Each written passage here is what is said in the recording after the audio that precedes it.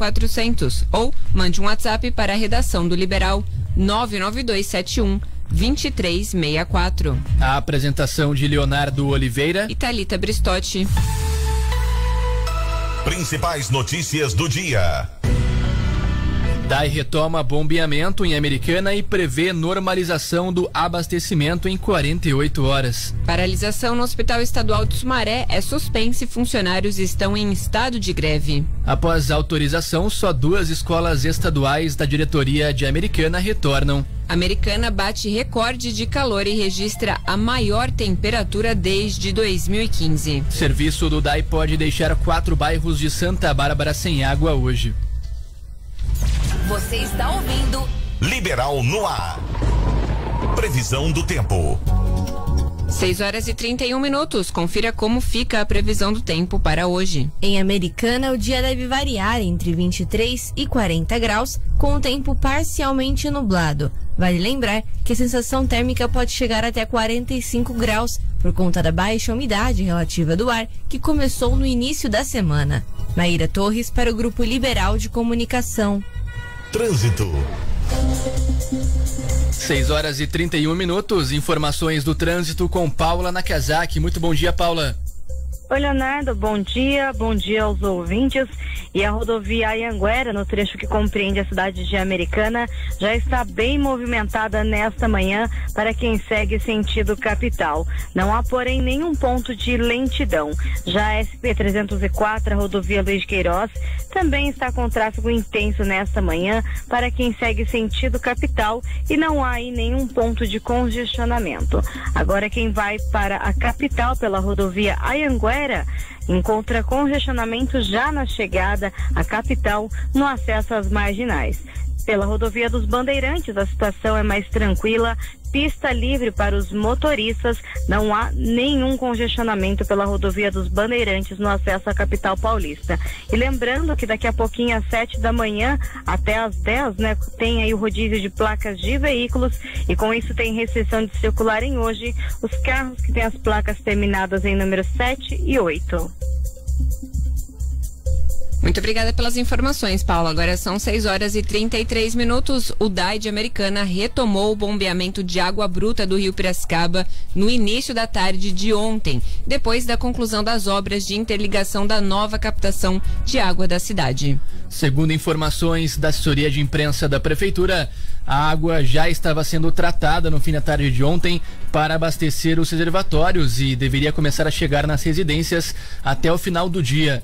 Para esse tipo de obra, a estimativa é de que o abastecimento ele se estabilize em até 48 horas. Então você aí que está acompanhando a gente pelo facebook.com/Grupo Liberal, conta pra gente como é que tá a situação aí na sua casa, se realmente a água chegou, como é que tá a qualidade dela também, já que tivemos alguns relatos, de que ela tem chegado com uma coloração um pouco diferente.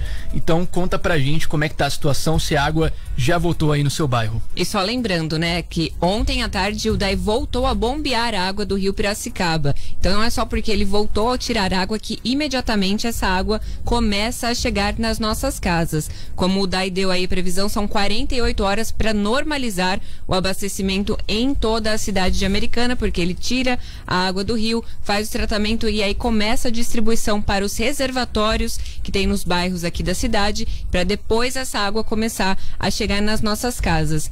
Então a gente sabe, a gente também mora em Americana, tá bem difícil a situação, ainda mais com esse calor recorde aqui na cidade, mas vamos ter um pouco de paciência e esperar essas 48 horas.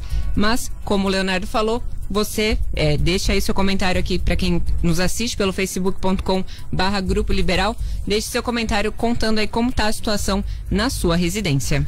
Exatamente, mais informações, lembrando que a gente atualiza o nosso site a todo momento, com informações da falta d'água também em Americana. Então qualquer atualização do DAI sobre este assunto, sobre essa retomada, desse abastecimento, você confere em liberal.com.br. 6h35, Brasil ultrapassa 5 milhões de contaminados pelo novo coronavírus. O Brasil superou a marca de 5 milhões de pessoas contaminadas pelo novo coronavírus. Nesta quarta-feira, o país registrou mais 31.553 pessoas infectadas com Covid-19. Com isso, desde o diagnóstico do primeiro caso em 26 de fevereiro, mais de 7 meses depois, 5.694 pessoas já pegaram a doença no Brasil. Também nesta quarta, foram registradas 734 novas mortes no país. Agora, 148.228 pessoas já perderam a vida para o vírus. No mundo todo, mais de 35 milhões de pessoas foram infectadas e mais de 1 milhão de pessoas já morreram. Os dados foram atualizados pelo painel do CONAS, o Conselho Nacional de Secretários de Saúde. Agência Rádio Web de São Paulo, Breno Zonta. Jornal Liberal no ar. Tá, e você acabou de ouvir os casos nacionais da Covid-19. Os curados do novo coronavírus representam 87,8% dos casos confirmados. 4.391.424 pessoas se recuperaram da Covid-19 no Brasil. O número de brasileiros que venceu a doença representa 87,8% dos casos confirmados no país. A estimativa é de que pelo menos 23.700.000 pessoas diagnosticadas com o novo coronavírus no mundo se recuperaram. 461.042 pacientes estão em tratamento na rede de saúde do país. As informações foram atualizadas nesta quarta-feira pelo Ministério da Saúde, com dados repassados por gestores de saúde dos municípios e dos estados. Dos 5.570 municípios brasileiros, 99,8% contabilizam casos da doença. Entretanto, 3.718 cidades têm entre 2 e 100 casos confirmados. Há mortes por Covid-19 em 4.495 municípios, mas em 1.350 deles há apenas um óbito confirmado. 148.228 pessoas perderam a vida no Brasil devido ao novo coronavírus. 734 mortes foram registradas nos sistemas oficiais nas últimas 24 horas. A maior parte ocorreu em outros períodos, mas as investigações que confirmaram as causas das mortes por Covid-19 foram concluídas apenas agora. 528 mortes, portanto, ocorreram nos últimos 3 dias. Outros 2.482 óbitos permanecem em investigação. De Brasília, Alain Barbosa. 6h38 e a Prefeitura de Americana informou mais 2 mortes provocadas pelo novo coronavírus e contabiliza agora 161 vítimas da pandemia. Os pacientes foram uma moradora do Cidade Jardim, de 71 anos, que morreu no Hospital Municipal no dia 6 de outubro, e um morador do Jardim Glória, de 80 anos, que estava em um hospital particular. A primeira vítima tinha diabetes, imunodepressão e câncer de mama. O segundo era cardíaco e tinha diabetes. Além dos óbitos, foram informados mais 7 diagnósticos positivos de Covid-19. Dos novos casos, há 2 pessoas internadas, 3 em isolamento domiciliar e 2 já recuperadas. No total, a cidade contabiliza 5.842 casos positivos, dos quais 5.524 estão recuperados. Entre os casos ativos, há 9 internados e 148 em isolamento domiciliar. A Secretaria de Saúde de Americana informou ontem que a ocupação de leitos destinados exclusivamente para pacientes suspeitos ou confirmados da Covid-19 é de 20% com respiradores e de 27% sem respiradores. Esse percentual leva em consideração todos os leitos do município, tanto do HM quanto dos hospitais particulares. A ocupação no HM é de 47% com respiradores e de 50% dos leitos sem respiradores. E a Secretaria de Saúde de Santa Bárbara do Oeste confirmou mais 3 mortes provocadas pelo novo coronavírus e tem agora 182 moradores que perderam a vida na pandemia. Uma das vítimas informadas era um homem de 66 anos, morador da região do Esmeralda, que faleceu no dia 15 de setembro. O segundo paciente era um idoso de 69 anos, morador da região do Conjunto Roberto Romano e que morreu no dia 2 de outubro. E a terceira vítima da pandemia informada ontem em Santa Bárbara foi um homem de 59 anos, morador da região do Jardim Esmeralda, que morreu em 3 de outubro. Na cidade são 5.809 casos confirmados, dos quais 5.490 estão recuperados. E além de Santa Bárbara e Americana, as outras cidades da região do Polo Têxtil não registraram novos óbitos em decorrência da doença.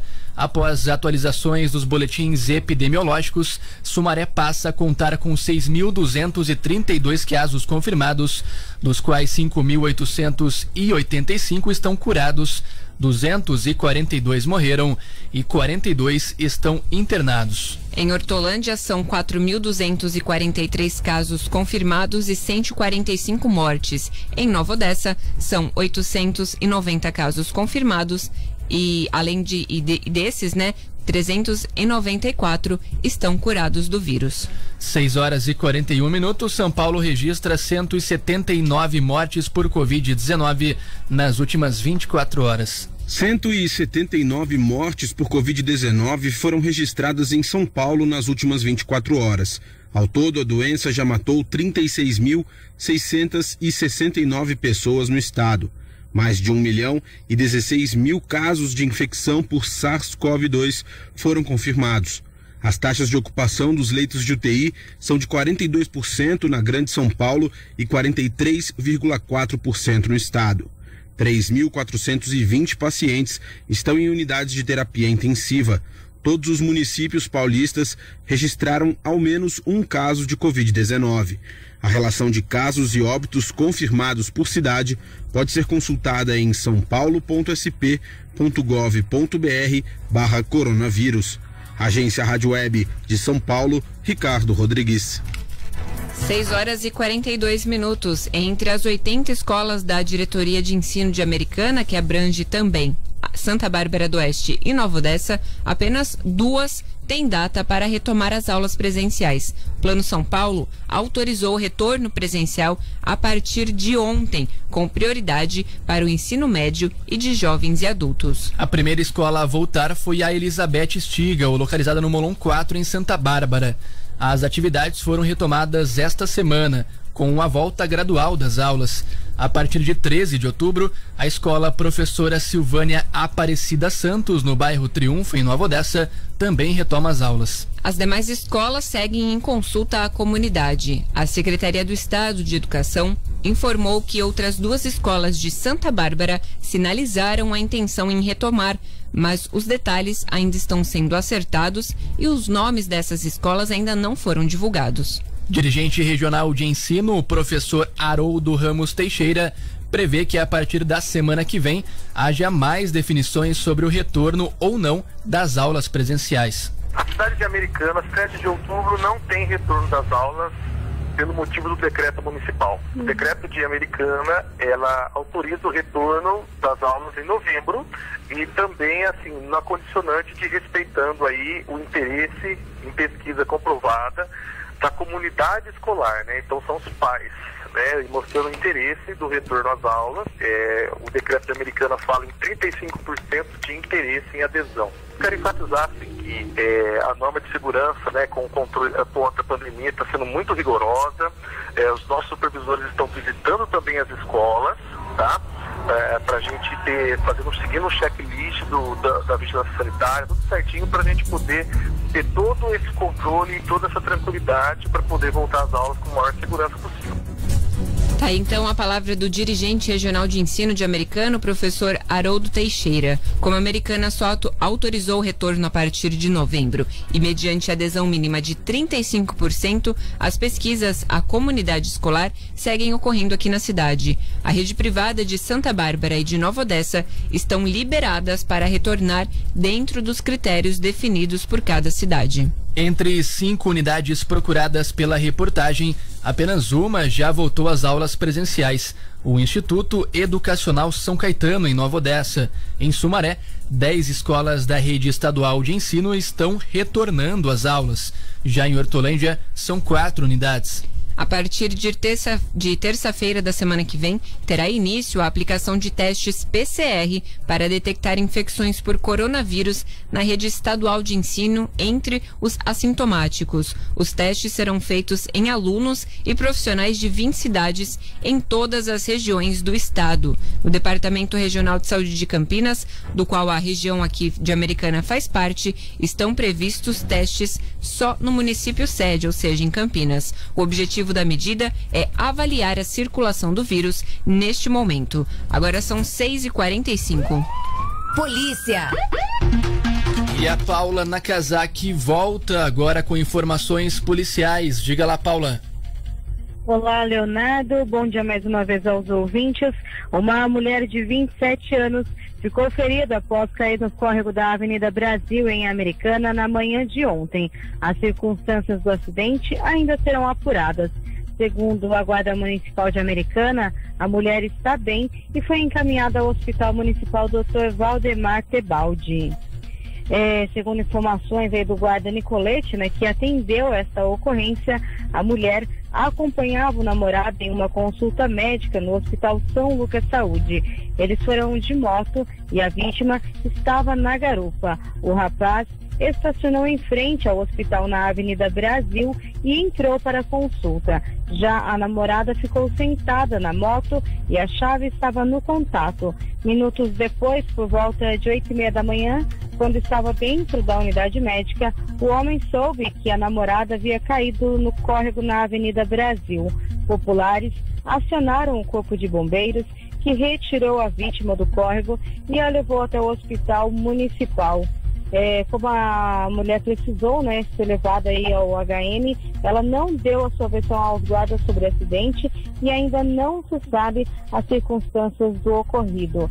A motocicleta foi levada ao pátio municipal e daqui a pouquinho eu volto com mais informações policiais. Paula Nakazaki para o Grupo Liberal de Comunicação. Jornal Liberal no ar. Informação. 6h47. Paralisação no Hospital Estadual Sumaré é suspensa e funcionários estão em estado de greve. A paralisação de funcionários do Hospital Estadual Sumaré, o RES, prevista para começar ontem, foi suspensa por opção dos trabalhadores. Diretor do SimSaúde, o sindicato que representa os funcionários, e técnico em enfermagem no RES, Fred Souza, explicou que a Fundação de Desenvolvimento da Unicamp disse estar disposta a negociar. Eles optaram porque até ontem não havia nenhuma proposta pela Unicamp. Ontem chegou uma proposta, eles estão dispostos a negociar. Antes era reajuste zero, agora estão dispostos a negociar e mantiveram também a cláusula do reajuste do ano passado, mantendo as nossas indicações do ano passado. A fundação, que é responsável por gerir os recursos, se comprometeu a cobrar uma posição do governo do estado, ainda segundo o diretor. Até então, a posição era de reajuste zero aos profissionais. Além disso, foram mantidas cláusulas do último acordo coletivo de trabalho, firmado em 2019 e que venceu em agosto. Com isso, estão assegurados direitos como folgas, vale alimentação e o salário em dia. A categoria segue em estado de greve até o dia 20 de outubro. Trata-se de um alerta para uma possível paralisação do serviço, seja ela parcial ou total. A decisão foi tomada após realização de diversas assembleias e rodadas de negociações desde o início de agosto. Segundo o SimSaúde, caso não haja avanço nas negociações, os profissionais devem paralisar as atividades no dia 21. Uma audiência de mediação com o Ministério Público do Trabalho está agendada para 13 de outubro, às 13h30 da tarde. Os trabalhadores buscam um reajuste de 5% nos salários, aumento de 13% no vale-refeição, pagamento de teto de 40% de insalubridade e mudança de cargo para funcionários contratados como auxiliares, mas que atuam como técnicos. A categoria também busca o pagamento de 4 parcelas de R$ 500 como abono emergencial em função da pandemia. Em setembro, o diretor superintendente do RES, o pneumologista Maurício Wesley Perro Júnior, disse ao Liberal que a pandemia provocou uma crise econômica, além de elevar os preços de insumos básicos. Com isso, não estava previsto nenhum reajuste salarial. Marina Zanaki para o Grupo Liberal de Comunicação. Trouxemos no início do programa que a Americana teve uma temperatura recorde, né? Na verdade, ontem, em um dia onde houve uma grande falta d'água na cidade. Quem conta dessa quarta-feira caótica pra gente é o André Rossi. Com os termômetros registrando calor recorde na cidade, a Americana sofreu com a falta de água ontem, pelo segundo dia consecutivo, por conta do atraso na conclusão da interligação da nova captação de água bruta do Rio Piracicaba. Com a cidade desabastecida, a população recorreu aos poços artesianos. O Liberal percorreu as unidades e constatou filas de mais de 40 pessoas nos poços do Jardim Brasil e da Cidade Jardim. O serviço de interligação entre a atual estrutura de captação de água e a nova foi iniciada pelo DAI às 6 da manhã de terça-feira. A obra chegou a ser concluída no mesmo dia e o bombeamento iniciado por volta das 9h30 da noite. Entretanto, uma válvula de interligação da nova captação se rompeu. Foi necessário esvaziar a adutora de água bruta para retirar a água que inundou a caixa de comando da nova captação. Também foi preciso remover cerca de 54 parafusos para a instalação de uma flange cega, um tampão, para conter o vazamento. De acordo com o superintendente do DAI, Carlos César Jimenez Apia, o motivo técnico que levou a válvula ao rompimento ainda é desconhecido. A peça era nova e será avaliada para identificar a origem do problema. Foi um rompimento desconhecido tecnicamente, ele vai ser avaliado agora tecnicamente para ver o motivo que levou a essa ruptura. É uma peça extremamente nova, essa peça passou por testes de bancada, acompanhado pelos engenheiros e estava apta a ser colocada. Algum problema levou a ela não resistir ao impacto ou a força, os esforços exigidos pela nossa estrutura antiga de captação. Infelizmente não dá para prever. Isso depende muito do consumo, depende muito da situação, até do tamanho do reservatório nos bairros, para que ela atinja o ideal e abasteça. O calor é um grande empecilho, é um grande atrapalho para a gente, porque ele faz com que as pessoas consumam água de forma indevida, de forma exagerada, e isso obviamente atrapalha as pessoas. E essa foi a única que deu problema. Deu um problema na peça e isso causou um transtorno gigante, não só para o DAI, porque ela foi realizada pela empresa construtora da captação, mas também para a cidade toda, que não pôde ter água recuperada no período noturno da noite passada. Nós estamos muito tristes com tudo o que aconteceu, mas em contrapartida a gente conseguiu voltar e estamos abastecendo. Após concluir o reparo, o bombeamento foi retomado no início da tarde desta quarta. Os primeiros relatos de moradores indicavam que a água começou a chegar em algumas regiões no final da tarde. A estimativa é de que o abastecimento se estabilize na cidade em até 48 horas. Funcionário de uma pamonharia, Vitor Barbosa Ferreira foi 2 vezes até o posto do Jardim Brasil para garantir água para o trabalho. Aí o serviço não flui não. Então, tem na produção também, né? E tem para lavar os equipamentos que a gente usa lá, as máquinas, né? Hoje de manhã, como foi abrir a água da caixa lá, já não tinha mais nada. Todas as 7 obras paralelas que o DAI realizou na terça-feira foram concluídas sem imprevistos. O superintendente lamentou o atraso na captação. André Rossi para o Grupo Liberal de Comunicação.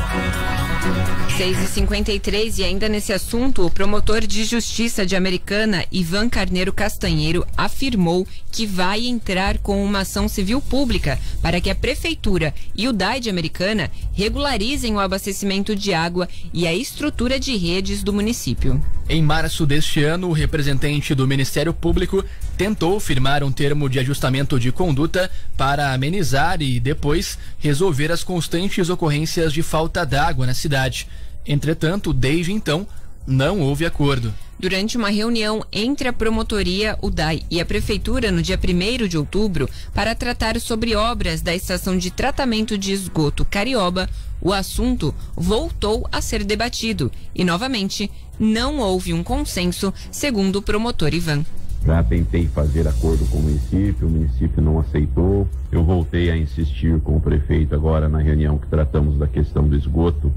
Já englobaram um acordo geral, ele não aceitou novamente.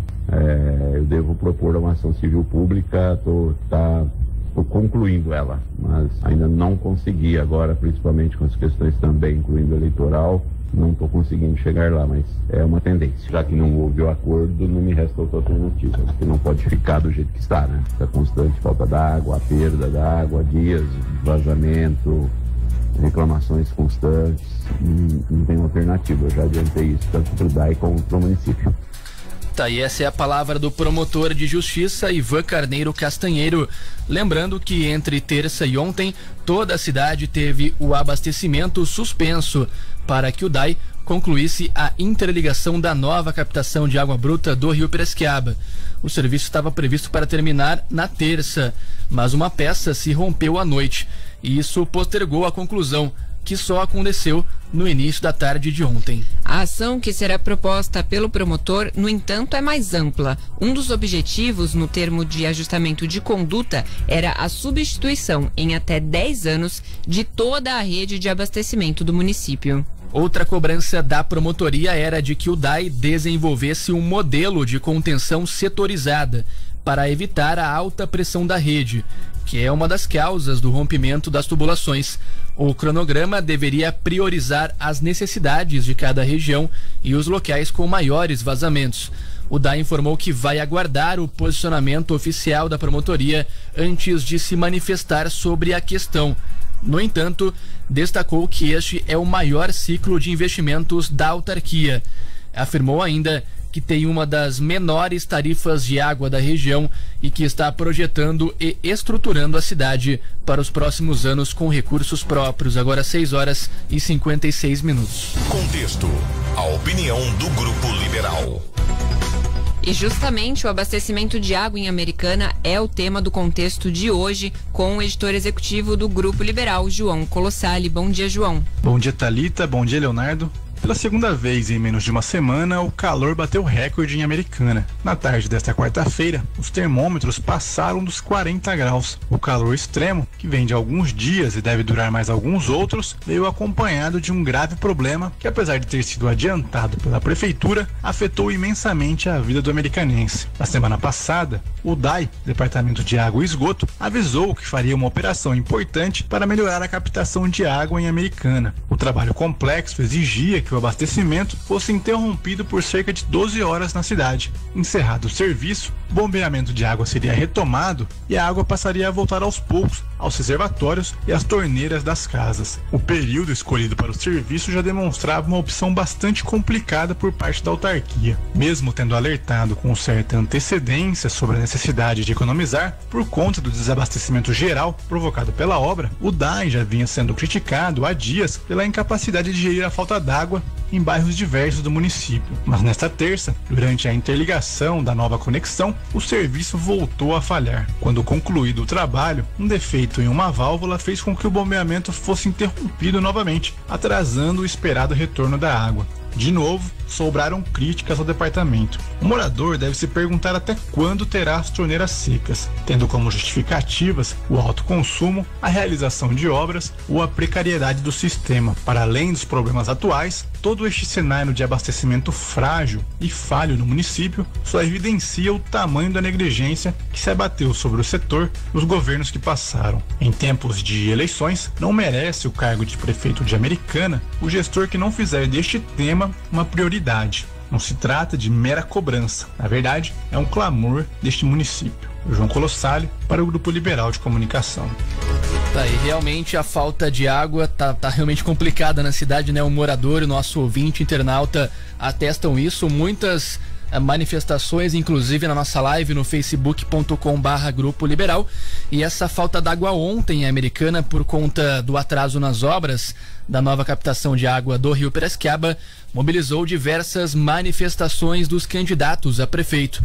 Enquanto uns aproveitaram para criticar a estrutura da rede da cidade, outros defenderam a privatização do DAI. A vereadora e candidata Maria Giovana Fortunato entrou na justiça com uma ação de obrigação de fazer com pedido liminar que a prefeitura distribua água por caminhões-pipa aos setores da cidade prejudicados pelo desabastecimento. E ainda não houve decisão. É uma irresponsabilidade, é uma situação humilhante para a população de Americana ter que passar por isso. Eles não poderiam ter encarado uma obra como essa sem ter um plano B, sem ter um acompanhamento de perto. O que nós estamos passando, nós jamais vimos acontecer na cidade de Americana. Já são lugares que têm mais de 3, 4 dias de desabastecimento total. mães com crianças pequenas, acamados, idosos, pessoas gestantes, pessoas que precisam dessa água para trabalhar e para viver e ter dignidade. Então nós estamos cobrando imediatamente uma solução da prefeitura, estamos entrando na justiça. Tá aí, essa é a palavra da vereadora Maria Giovana Fortunato. E já o vereador Rafael Macris afirmou que defende a concessão do DAI à iniciativa privada para fazer, abre aspas, tudo o que precisa ser feito. Durante sua pré-campanha, a privatização da autarquia era citada como uma possibilidade. Mas agora, o candidato foi enfático em publicação no Facebook. Na contramão está o Major Luiz Antônio Crivellari. Em postagem no Instagram, o prefeiturável destacou que o DAI é um patrimônio da população e que, portanto, não deve ser vendido. Aqui na live do facebook.com/Grupo Liberal, acho que o único bairro onde a água está voltando aqui, pelo menos de todos os nossos internautas que estão relatando, é o Jardim da Paz, mas ainda com pouca pressão. Nos demais bairros citados, Vila Biase, São Jerônimo, Praia dos Namorados, Vila Santa Catarina, ainda a água não chegou ainda até o momento. Agora são 7 horas. Informação na medida certa.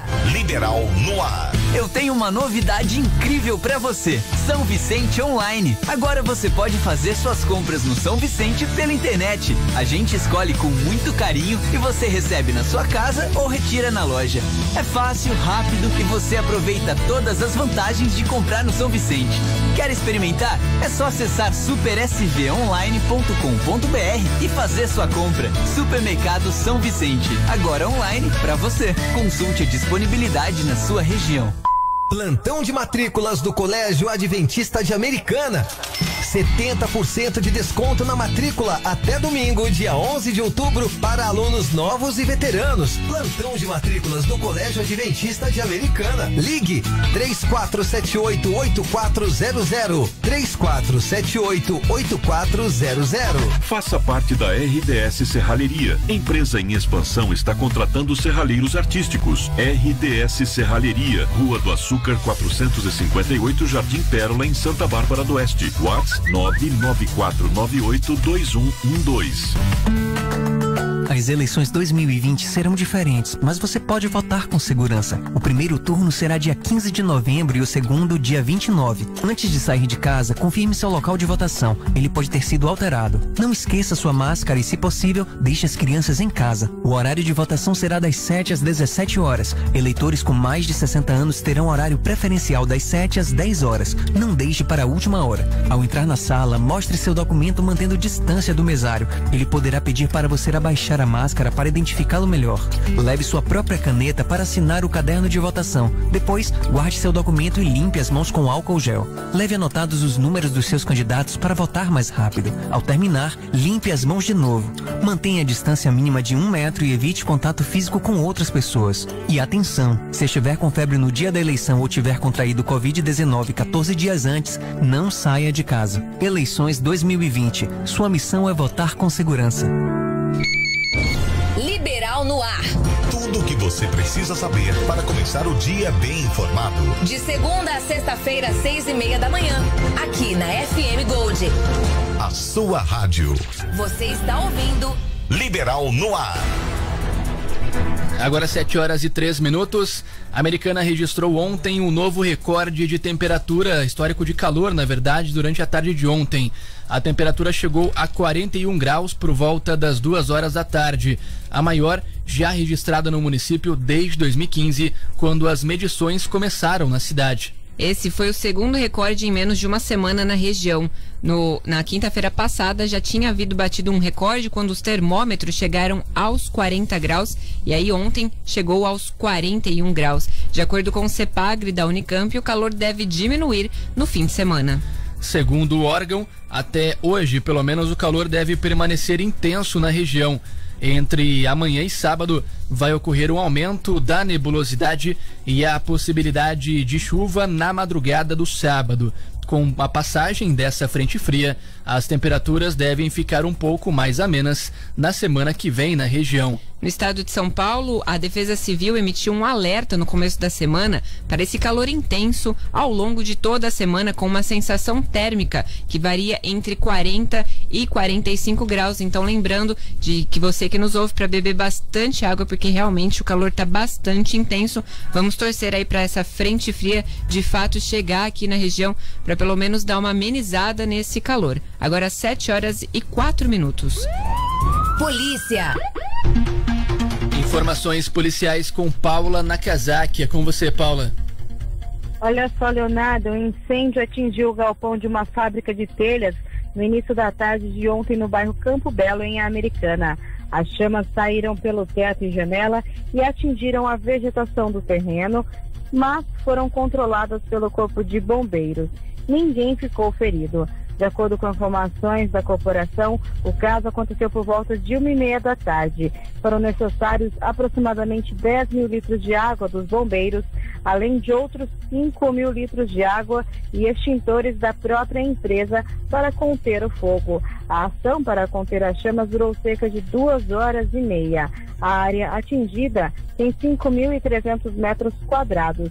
Os bombeiros constataram que o incêndio teve início em um misturador de resina com catalisador, se propagando para o telhado e para a parede lateral. Nakazaki para o Grupo Liberal de Comunicação. Muito obrigada pelas informações, Paulo. Agora são 7h06. A Prefeitura de Americana apresentou veto à emenda aprovada pela Câmara em agosto, que estende a ajuda de custo de R$ 150 para todos os servidores da saúde e também aos servidores da assistência social que atuem no combate ao novo coronavírus. O veto assinado pelo prefeito Omar Najjar será votado pelos vereadores na sessão de hoje.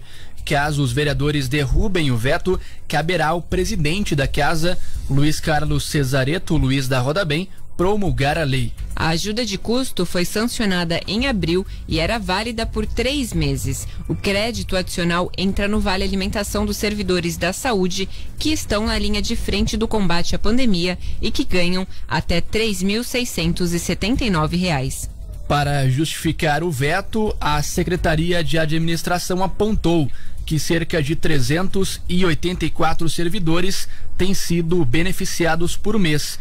E a despesa mensal, em média, é de R$ 57 mil, o que resultou num gasto de R$ 170 mil nos últimos 3 meses. E a Prefeitura argumenta que caso todos os servidores da saúde sejam inclusos, o gasto mensal saltaria para R$ 237 mil. Agora 7h07, o DAI de Santa Bárbara do Oeste realiza hoje um serviço de interligação do reservatório Cidade Nova com a rede de distribuição de água da Rua do Algodão. Por conta desta obra, os bairros Jardim Pérola, Jardim Esmeralda e Cidade Nova 1 e 2 poderão ter problemas no abastecimento de água hoje. De acordo com a autarquia, o serviço será iniciado daqui a pouco, na verdade, às 7h30 da manhã, e tem previsão de término para 6 horas da tarde. Devido à complexidade dos serviços, alegou a autarquia. A obra faz parte da ampliação do sistema de abastecimento da estação de tratamento de água 4. Agora 7h08. Eleições 2020. Os 3 candidatos a prefeito de Americana que terão um maior tempo de propaganda eleitoral gratuita no rádio e na televisão são Rafael Macris, Chico Sardelli e a Lourdinha Ginete. Ao todo, a Americana conta com 9 candidatos para as eleições de novembro. Os dados foram divulgados pela Zona Eleitoral 384 de Americana. A divisão é feita com base na representatividade dos partidos políticos na Câmara dos Deputados. A propaganda eleitoral começa amanhã e vai até o dia 12 de novembro. São 2 blocos de 10 minutos no rádio. O primeiro das 7 horas da manhã às 7h10 e vai pegar, portanto, uma parte do nosso programa, o Liberal no Ar, e o segundo da meio-dia até a 12h10, sempre de segunda-feira a sábado. Já a programação na televisão também é dividida em 2 blocos de 10 minutos, da 1 a 1h10 da tarde e depois das 8h30 às 8h40 da noite. Não há horário eleitoral de domingo.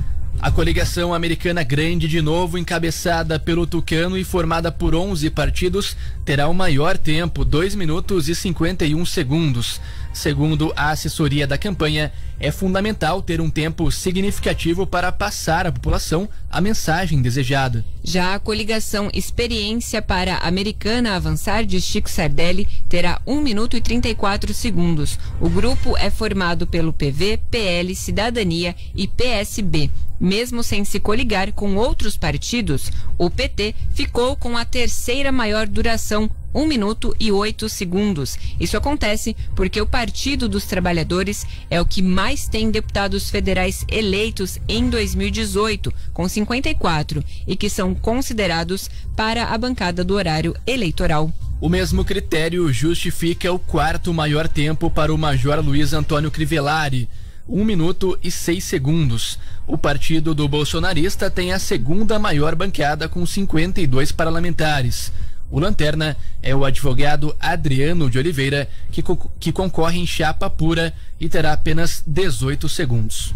Agora são 7 horas e 10 minutos. Voltando gradualmente às aulas presenciais, escolas, professores e alunos de dança relatam dificuldades e superações do ensino remoto. Parar de dançar devido à pandemia esteve fora de cogitação para a estudante Marina Borelli, de 14 anos, que se dedica às aulas de jazz dance e balé clássico A4. Enquanto se adapta à nova rotina no retorno gradual às aulas presenciais da escola de dança que frequenta, a Twist Dança em Americana, ela reflete sobre a importância desta arte em sua vida. Foi um período meio complicado, porque porque é muito diferente, né, ter uma aula presencial e uma aula online.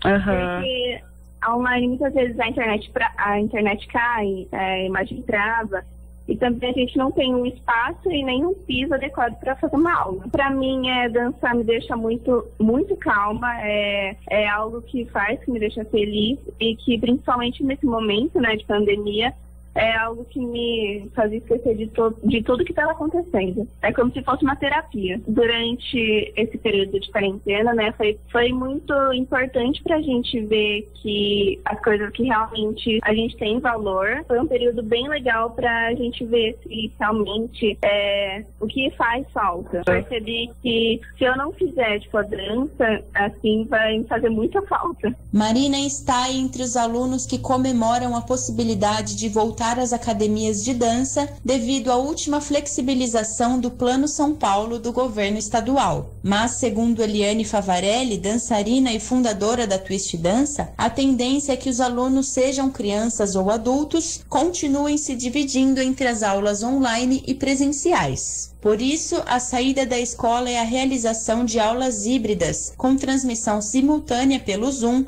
que é projetado na parede da sala para que os alunos vejam uns aos outros, mesmo que digitalmente. Tem gente que está fazendo online, tem gente, poucos ainda estão voltando no presencial, porque a gente está enfrentando esse problema aí, tem pais que não deixaram voltar, né? Estão na academia, com distanciamento, todo mundo de máscara, né? Com higienização antes e após as aulas, e a gente também mede a temperatura. Depois que higieniza os pés, a gente também deu proteção para os sapatos.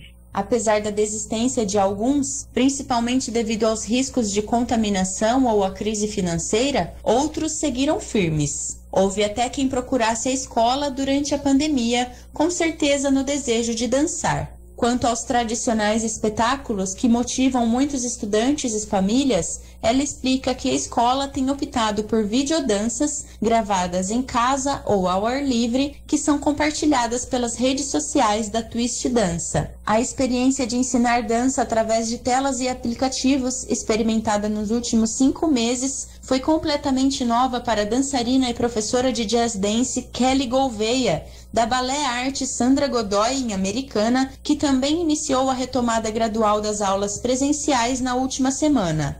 Eu acho que foi uma experiência, ela foi completamente inédita para mim, enquanto professora e enquanto aluno, porque especialmente na dança a gente ensina muito pelo toque, né? E pela relação próxima de você mostrar, de você sentir no aluno, de você corrigir ele, muito através do toque. Mas, então, a gente ter essa distância, assim, no começo foi um grande vazio. Por exemplo, nessa questão do toque, eu comecei a ter que mostrar mais, né? Então, como professora, eu gosto de observar mais, corrigir mais. E aí, nesse período de aulas remotas, eu tinha que mostrar no meu corpo para os alunos conseguirem visualizar, enfim, as ideias, o que poderia e deveria ser feito. A professora cita como dificuldades no ensino de dança remoto o acesso à internet e equipamentos para chamadas de longa duração, a inadequação dos espaços caseiros adaptados para as aulas e até a falta de liberdade ou apoio que alguns podem ter para praticar em casa.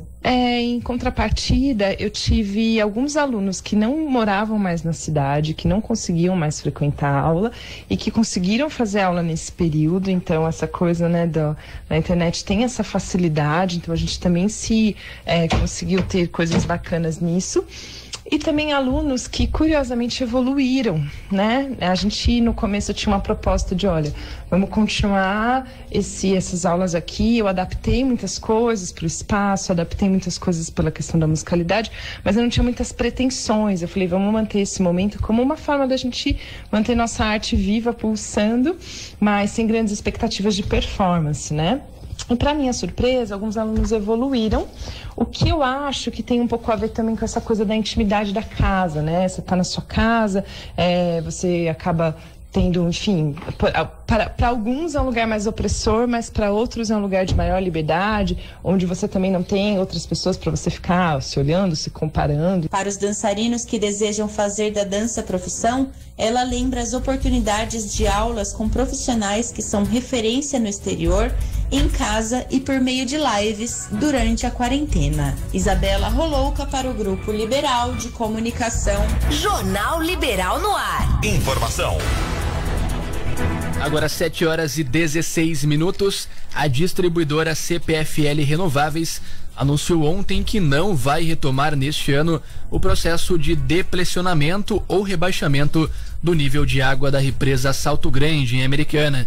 No final de setembro, a Prefeitura de Sumaré havia solicitado à empresa a suspensão do procedimento por temer que o processo pudesse causar interrupções no abastecimento de água na cidade. Em carta enviada para a Promotoria de Justiça da Regional de Piracicaba, a CPFL acatou o pedido da Administração Municipal de Sumaré. A empresa alegou que a vazão do rio Atibaia se mostrou bastante desfavorável por conta da estiagem incomum registrada neste ano, o que deixou o nível do rio abaixo da média histórica. A vazão do rio teve uma redução de até 55%. E a distribuidora de energia elétrica pretendia rebaixar o nível de água do reservatório em 2 metros para combater a proliferação no espelho da água de plantas aquáticas macrófitas como os aguapés.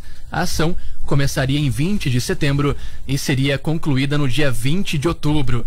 A medida, no entanto, também exigiria a redução da vazão do rio Atibaia, que é o principal manancial de abastecimento de Sumaré, segundo a Prefeitura. Em nota, a CPFL afirmou que a operação vai precisar ser adiada neste ano por conta da necessidade de ajustes técnicos. Esses ajustes permitiriam a execução do projeto em harmonia com todos os usos da bacia do rio Atibaia, principalmente do sistema de captação de água localizado na região do reservatório. 7h18, serviço de entrega de objetos beneficia motoristas e usuários. Em meio à pandemia, o envio de objetos se tornou uma necessidade cada vez maior, seja para familiares, amigos ou mesmo para quem compra de um comerciante local. Para atender essa demanda, a 99, empresa de tecnologia voltada para a mobilidade urbana, anuncia a nova funcionalidade 99 Entrega. A nova categoria fica disponível no aplicativo para passageiros e motoristas parceiros das 6 da manhã até as 11 da noite. Vinícius Volpatti, gerente de produtos da 99, explica que o serviço é fácil de utilizar, seguro, rápido e respeita o isolamento social. O usuário tem que digitar o nome da pessoa que vai receber, o destinatário, e demais orientações sobre o serviço. Se é um condomínio, se é um prédio, uma casa, para facilitar cada vez mais o serviço do motorista. E quem requisita, né, o passageiro nesse caso, ele coloca o pertence, o objeto diretamente no porta-malas ou no banco traseiro do motorista, garantindo que não haja nenhum contato entre ambos. Os requisitos para o envio dos itens são os seguintes: respeitar todas as leis vigentes da cidade, limite de peso de 10 quilos, caber no porta-malas de um veículo 99 Pop e não ultrapassar o valor de R$500. A nova funcionalidade foi pensada também para ajudar a ampliar os ganhos dos motoristas parceiros. As corridas são, em média, 15% mais longas do que em outras categorias, como o 99 Pop e o 99 Táxi. Em algumas capitais, a distância da corrida chega a ser 35% maior, o que representa para o motorista um ganho adicional no valor da corrida. O 99 Entrega já está disponível em mais de 50 cidades do país. Até o final de setembro, serão mais de 80 municípios contemplados no total. Agência Rádio Web de São Paulo, Carolina Cassola. Polícia. 7h20. Informações da polícia com a Paula Nakazaki. Diga lá, Paula. Thalita, um pedreiro de 31 anos, morador do Jardim Brasil, em Americana, perdeu R$3.700 ontem após cair em um golpe. Ele acreditou que estava comprando uma motocicleta no site da OLX. Segundo informações do boletim de ocorrência, o pedreiro viu o anúncio nessa plataforma de vendas, a OLX, e lá tinha um telefone. Ele começou a fazer as negociações por WhatsApp com o suposto estelionatário. O homem, que se identificou como Júnior, explicou que ele poderia ver a moto, porém com uma terceira pessoa, e que esta pessoa lhe devia dinheiro e estava vendendo bem para lhe pagar. O mecânico então foi até a casa do dono da moto, viu o automóvel e depois, conforme orientado pelo estelionatário, fez o depósito na conta de Júnior, já que o dono da moto lhe devia o dinheiro e estava de acordo com essa negociação. Porém, este é o golpe. O vendedor, em momento algum, teve contato e muito menos conhece esse homem, que aparece aí como se fosse um intermediador da venda. Já esse intermediador fala com o comprador como se de fato conhecesse o vendedor e sempre pede sigilo de quem está comprando o automóvel. No caso do mecânico, o estelionatário ou intermediador de todas as negociações recebeu o dinheiro em sua conta e o verdadeiro dono da moto não recebeu nada e, por isso, não realizou a transferência do veículo para o mecânico e afirmou que não possuía nem intermediário na venda de sua moto. Só depois disso que o mecânico percebeu que caiu em um golpe. Ele perdeu aí o valor de R$3.700. O caso foi registrado aqui no plantão policial de Americana como estelionato e será investigado agora pela Polícia Civil na tentativa, de localizar esse estelionatário que fez aí, que aplicou este golpe no mecânico morador aqui de Americana. Paula Nakazaki para o Grupo Liberal de Comunicação. Informação na medida certa. Liberal no ar. Esportes. Agora 7h22.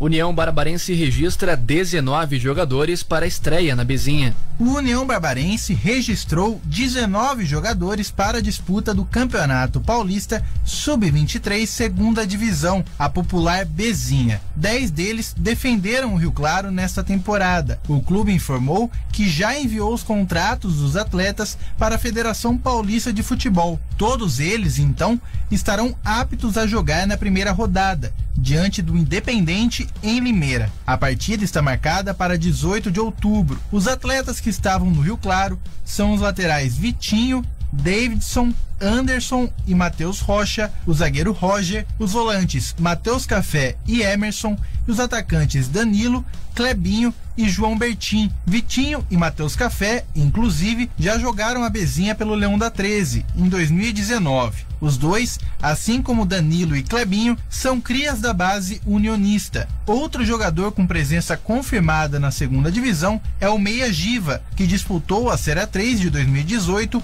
pelo União. A equipe acabou rebaixada na competição. No ano passado, ele atuou na Copa Paulista pelo time Sub-23 da Ponte Preta. O registro de atletas para a estreia deve ser feito até esta sexta-feira. Ao liberal, o diretor de futebol Cleiton Vieira afirmou que tenta a contratação de mais 1 ou 2 jogadores dentro desse prazo. Nesta sexta, às 10 da manhã, o Leão da 13 fará seu primeiro jogo-treino contra uma equipe da mesma divisão. O União terá pela frente o 15 de Jaú, no estádio Antônio Lins Ribeiro Guimarães, em Santa Bárbara do Oeste. Questionado pela reportagem sobre o nível do elenco unionista, Cleiton apontou que poderá fazer uma melhor avaliação somente após o duelo com o 15, por tratar-se de um adversário que também se prepara para a Bezinha. Rodrigo Alonso, para o Grupo Liberal de Comunicação. 7h24 e ainda no esporte aqui da região, contundido, o lateral esquerdo Matheus Rocha pode desfalcar o União Barbarense por até 40 dias. A estimativa é do fisioterapeuta Luizinho. Segundo ele, provavelmente o jogador sofreu um estiramento no ligamento colateral medial do joelho. Ele se machucou na última sexta enquanto treinava e desde então está no departamento médico. A gravidade da contusão ainda será constatada por meio de exame de imagem. De acordo com o Luizinho, se o laudo confirmar o estiramento do ligamento colateral medial, o prazo de recuperação deve variar entre 30 e 40 dias. Porém, ele afirmou já ter trabalhado com atletas que se recuperaram em 20 dias. O lateral esquerdo foi um dos primeiros jogadores anunciados pelo clube para a disputa do Campeonato Paulista Sub-23 segunda divisão, a Popular Bezinha. 7h25, vamos conferir como foram os jogos de ontem do Brasileirão. Caiu o último invicto do Campeonato Brasileiro. O Palmeiras foi derrotado pelo Botafogo no estádio Newton Santos pelo placar de 2-1 e agora não tem mais invictos na competição. Já os cariocas voltaram a vencer depois de 9 partidas e conseguiram, com o resultado, deixar a zona do rebaixamento. O Corinthians segue tendo dificuldades para voltar a vencer no campeonato. Em casa, o Timão ficou no 1-1 com o Santos, que estava sem os seus principais jogadores, e assim, a equipe de Itaquera segue perto do Z4. Apesar de toda a pressão com os resultados ruins, o técnico Diego Coelho não teme a demissão e considerou o placar injusto. Não é justo o placar. Pelo que a gente apresentou, pelo que a gente fez, a gente tinha que ser saído com a vitória hoje, tá? Essa é a minha maneira de ver o jogo. Quem segue embalado no Campeonato Brasileiro é o Flamengo. O rubro-negro carioca bateu o Sport no Maracanã por 3-0 e assumiu a vice-liderança. Os gols foram marcados no segundo tempo e o técnico Domenech Torren explicou quais foram os pedidos feitos no intervalo para que o time tivesse um melhor desempenho na segunda etapa. Nós falamos que teníamos que jogar por os lados porque eles estavam fechando dentro. Nós sabíamos isso, mas cometimos errores o primeiro tempo. Jogávamos muito lentamente, conduzíamos muita bola, jogávamos por dentro, os espaços estavam fora. Em Porto Alegre, o Grêmio derrotou o Coritiba por 2-1 e se distanciou da zona do rebaixamento. O tricolor gaúcho abriu 2-0, mas não aproveitou as oportunidades e sofreu para confirmar a vitória. O técnico Renato Gaúcho já tinha alertado sobre os perigos que a partida poderia ter no segundo tempo. Meio que a gente começou a se acomodar um pouquinho na partida, o Coritiba começou a gostar e eu tinha alertado já a minha equipe no vestiário que nós tínhamos que fazer o terceiro gol para matarmos o jogo, porque se o Coritiba achasse um gol, eles iam entrar pro jogo. E infelizmente foi o que aconteceu. O Vasco foi derrotado mais uma vez. O Cruz Maltino foi batido pelo Bahia em Pituaçu por 3-0, com os gols sofridos na primeira etapa. Nos últimos 2 jogos, o time de São Januário sofreu 7 gols e o técnico Ramon Menezes acredita que as cobranças da torcida são exageradas, mas o time vem dando motivos. A cobrança, ela de certa maneira, ela tem sido exagerada, mas ao mesmo tempo nós nós, principalmente nesses 2 jogos, nós estamos dando motivos para que essa cobrança seja forte. Nos outros resultados da rodada, o líder Atlético Mineiro foi derrotado pelo Fortaleza no Castelão por 2-1. A vantagem na ponta, que era de 5 pontos, caiu para 3. O São Paulo passou pelo Atlético Goianiense no Morumbi 3-0. Já o Fluminense superou o Goiás fora de casa, fazendo 4-2. Rádio e futebol, 2 paixões em conexão. Uma parceria da CBF e da agência Rádio Web. Com informações do Campeonato Brasileiro Série A, Cadu Macri. Trânsito. 7h29 e a Paula Nakazaki, ela retorna agora com detalhes do trânsito na nossa região. Diga lá, Paula. Leonardo, neste momento em Americana, trânsito no cruzamento da Avenida Nicolau João Abdala com a rodovia Anhanguera. Já a rodovia Anhanguera continua aí com boa movimentação nesta manhã. Não há nenhum ponto de congestionamento, porém há um grande fluxo de veículos por todo o trecho que compreende a cidade de Americana. A SP-304, a rodovia Luiz de Queiroz, mantém situação mais tranquila. Não há aí grande circulação de veículos neste momento. O tráfego segue de maneira tranquila. A gente faz um alerta aos motoristas que chove neste momento aqui na nossa região e geralmente costumam acontecer acidentes, né, quando chove. Então a gente faz esse alerta que neste momento os motoristas fiquem alerta nas rodovias e evitem acidentes. Quem vai para a capital paulista pela rodovia Anhanguera encontrará congestionamento na cidade de Campinas, Jundiaí e na chegada à capital. Pela rodovia dos Bandeirantes, há congestionamento apenas no acesso às marginais. Paula Nakazaki para o Grupo Liberal de Comunicação.